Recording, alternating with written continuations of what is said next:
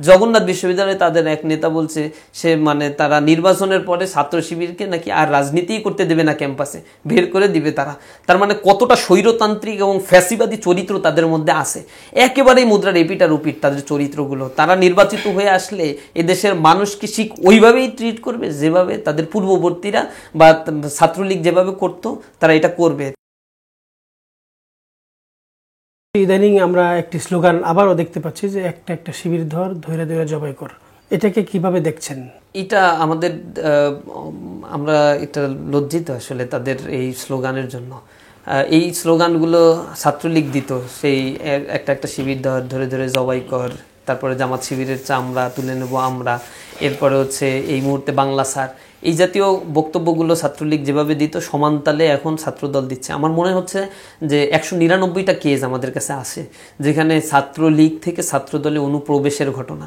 এই কারণে অসংখ্য কেস আছে যে কেসের কারণে তাদের দলীয় প্যাডে নেতাকর্মীকে বহিষ্কার করতে হয়েছে। ছাত্রলীগ করতো, এখন ছাত্রদল করছে তাদের কমিটিতে স্থান পাওয়ার কারণে। তো কমিটিতে স্থান পাওয়ার কেস তো এগুলো আমরা বললাম, কিন্তু যারা কর্মী হিসেবে ওই নেতার পেছনে এখন নিজেদের পিঠ বাঁচানোর জন্য ঘুরে বেড়াচ্ছে, যারা ছাত্রলীগের চাঁদাবাজি টেন্ডারবাজি করতো, এখন শেল্টার হিসেবে ছাত্রদলকে তারা বাছাই করে নিচ্ছে। দেখবেন প্রতিটা জায়গায় সেই চাঁদাবাজি, টেন্ডারবাজি, ধর্ষণ, খুন, গুম এবং আন্তঃকন্দলে নিজেদের কর্মীদেরকে নিজেরা হত্যা করে ফেলেছে। এই জাতীয় অপকর্ম একেবারে হুবহু এই নিষিদ্ধ ছাত্রলীগের সাথে মিশে যাচ্ছে। এবং আজকের যে স্লোগানগুলো তারা দিচ্ছে, এই স্লোগান তো হিংসাত্মক একটা স্লোগান এবং ধ্বংসাত্মক একটা স্লোগান। সেই যে তারা মানে আবার পুরাতন বন্দোবস্তে যাবে না, ক্যাম্পাসগুলোতে অস্ত্রের ঝঞ্ঝানি আবার তাদের দ্বারা উঠবে না, এর কোনো ওয়ারেন্টি গ্যারান্টি নাই। আমরা শঙ্কিত। আমরা মনে করছি এই জাতীয় হিংস্র দানব যারা হয়ে উঠতে চাইবে অবশ্যই অবশ্যই ছাত্ররা তাদেরকে প্রতিহত করবে। ইসলামী ছাত্র শিবির আমরা শঙ্কিত তাদের এই স্লোগান। আমরা প্রশাসনের কাছে দাবি জানাই, যারা এই স্লোগান দিয়েছে এরা জাতির শত্রু, এরা আর একটা ফ্যাসিবাদ কায়েমের জন্য উঠে পড়ে লাগছে। জগন্নাথ বিশ্ববিদ্যালয়ে তাদের এক নেতা বলছে সে মানে তারা নির্বাচনের পরে ছাত্র শিবিরকে নাকি আর রাজনীতিই করতে দেবে না, ক্যাম্পাসে বের করে দিবে তারা। তার মানে কতটা স্বৈরতান্ত্রিক এবং ফ্যাসিবাদী চরিত্র তাদের মধ্যে আছে, একেবারেই মুদ্রার এপিট আর ওপিট তাদের চরিত্রগুলো। তারা নির্বাচিত হয়ে আসলে এদেশের মানুষকে ঠিক ওইভাবেই ট্রিট করবে যেভাবে তাদের পূর্ববর্তীরা বা ছাত্রলীগ যেভাবে করতো তারা এটা করবে। তাদের ভিতরে স্বৈরতান্ত্রিক চিন্তা চেতনা খুব প্রগাঢ়।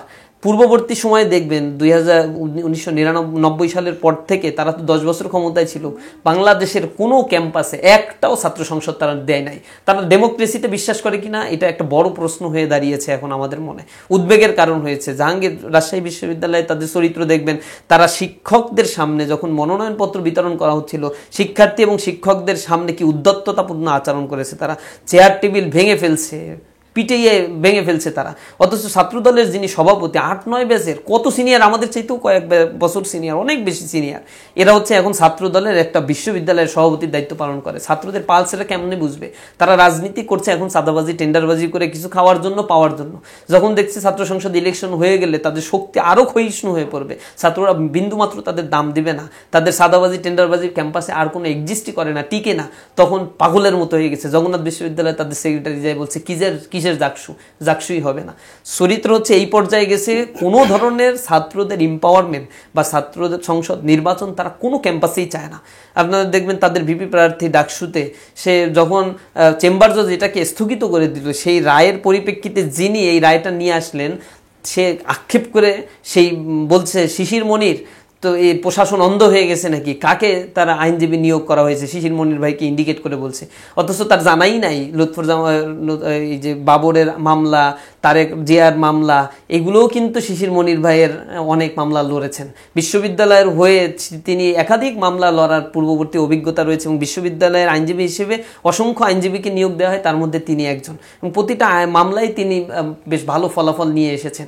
হঠাৎ করে তার আজকে মনে পড়ল যে এই মামলায় কি কারণে শিশির মনির, মানে মামলার ফ্যাক্টটা কি, মানে এইখানে যে স্থগিত করা হয়েছে চেম্বার জজে গিয়ে হঠাৎ করে উত্তেজনার পারদ যেটা জমে উঠতো বা হচ্ছে ক্যাম্পাসে অস্থিতিশীল পরিবেশ সৃষ্টির একটা মানে সুযোগ তৈরি হয়েছিল, সেই জায়গায় যে এটা প্রশমনের ব্যবস্থা তাৎক্ষণিকভাবে যিনি করেছেন, ক্ষোভটা হচ্ছে তার উপরে।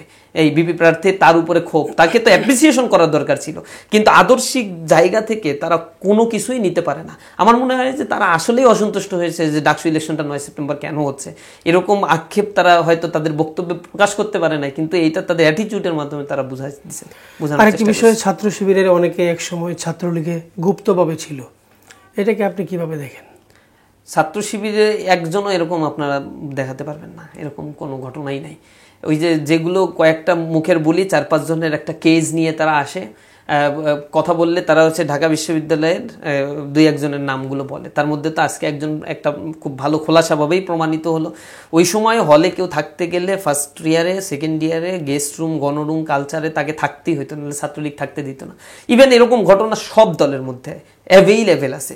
আমরা দেখেছি যে ছাত্রলীগের হয়ে অতি মাত্রায় অতি রঞ্জিত কেউ কিছু করে ফেলছে কিনা, তাদের বিচার আমরা দাবি করেছি। সব প্রণোদিত হয়ে সে ট্যাগিং, বুলিং এগুলো করছে, পিটাইছে, হত্যাযজ্ঞে অংশগ্রহণ করছে, চাঁদাবাজি করছে, এদের বিরুদ্ধে আমাদের গণ অবস্থান, যে ক্যাম্পাসে এরকম জাতীয় ছাত্রলীগ যারা ছিল তাদের বিরুদ্ধে অবস্থান নিতে হবে। আর যদি ওভারঅল সবার বিরুদ্ধে কথা বলা হয় তাহলে ছাত্র বিশ্ববিদ্যালয়ে একটাও থাকে না, কারণ তখন ছাত্রলীগ ছাড়া ক্যাম্পাসে কেউ এক্সিস্ট করে না। ফার্স্ট ইয়ারে আসলে সবাইকেই কর্মসূচিতে যেতে বাধ্য করা হতো, এগুলো মানে প্রত্যেকটা হল তারা নিয়ন্ত্রণ করতো, এখানে তো কেউ কারো কোনো কর্তৃত্ব ছিল না। ইসলামী ছাত্র শিবির থেকে কোনো ব্যক্তি ছাত্রলীগে গিয়েছে, কর্মসূচিতে অংশগ্রহণ করেছে, অতিরঞ্জিত করেছে, এরকম কোনো প্রমাণ নাই। এরকম 2-1 জন যা বলেছে সাথে সাথে তাদের যে ব্যক্তির নামে বলেছে তার রিয়াকশন তারা করেছে। আমরা হচ্ছে সবচেয়ে ভিকটিম এবং মজলুম একটা সংগঠন। আওয়ামী ফ্যাসিবাদের আমলে কোনো স্থানে কোনো প্রোগ্রাম আমাদের করতে দেয়নি, আমাদের সেন্ট্রাল অফিস 15 বছর খুলতে দেয়নি, একটা ইউনিয়নের অফিস খুলতে দেয়নি, আমাদের কয়েকশো নেতাকর্মীকে হত্যা করা হয়েছে, হাজার হাজার মামলা দেওয়া হয়েছে, আমাদের ভাইদেরকে ছাত্রজীবন কন্টিনিউ করতে পারেনি, মানে তাদেরকে এখান থেকে চলে যেতে হয়েছে, হাত হারিয়েছে, পা হারিয়েছে, হল থেকে বের করে দিয়েছে, পিটিয়ে বের করে দিয়েছে, আমাদের মানে মারা জায়েজ ছিল, ছাত্র শিবির ট্যাগ দিয়ে আবরার ফাহাদের মতো ঘটনাও, মানে নিকৃষ্টতম ঘটনা তারা ঘটিয়েছে। প্রত্যেকটা ক্যাম্পাসে তারা এরকম হত্যাযজ্ঞ চালিয়েছিল। তারা যেই সংগঠন এত বেশি ভিকটিমাইজড, তাদের বিরুদ্ধে যখন এই কথাগুলো বলে ওই সিচুয়েশনকে নর্মালাইজ করা হয়, তখন আমরা আসলে বিষয়টাকে খুবই কষ্ট পাই যে ইসলামী ছাত্র শিবির দীর্ঘ লড়াই সংগ্রাম করে কিন্তু আজকে পর্যন্ত টিকে ছিল, টিকে আছে, এবং এখনো পর্যন্ত আওয়ামী লীগের বিরুদ্ধে অবস্থান নিয়ে আমরা কথাবার্তা বলছি, এবং নতুন বাংলাদেশ গড়ার জন্য আমরা ছাত্রদেরকে নিয়ে ঐক্যবদ্ধভাবে চেষ্টা করে যাচ্ছি। বাংলাদেশের সকল শিক্ষা প্রতিষ্ঠানে সহাবস্থান নিশ্চিত করতে ছাত্র শিবির কি কি উদ্যোগ নেবে? দেখেন, ইসলামী ছাত্র শিবির ক্যাম্পাসে, আমরা শুরুতেই বলছি, আমাদের ক্যাম্পাসটা হবে হচ্ছে মার্কেট প্লেস অফ ভ্যালুস। ছাত্র সংগঠনগুলো এটা একটা দেশের জন্য খুবই গুরুত্বপূর্ণ, আমাদের মতো ডেমোক্রেটিক কান্ট্রির জন্য। এখান থেকে নেতৃত্ব, জাতীয় নেতৃত্বে ওঠে। প্রতিটা ক্যাম্পাসে যদি ছাত্রদের সহাবস্থান থাকে, প্রত্যেকটা ছাত্র সংগঠন যদি সমান তালেই তাদের কার্যক্রমগুলো পরিচালনা করতে পারে, সহাবস্থান থাকে, তাহলে ক্যাম্পাসগুলো মানে নেতৃত্ব পাবে, শিক্ষার সুষ্ঠু পরিবেশ সেখানে বজায় থাকবে। তো ইসলামী ছাত্র শিবিরের পক্ষ থেকে সব সময়ের জন্যই আমাদের অসংখ্য কার্যক্রম রয়েছে শিক্ষার্থী বান্ধব।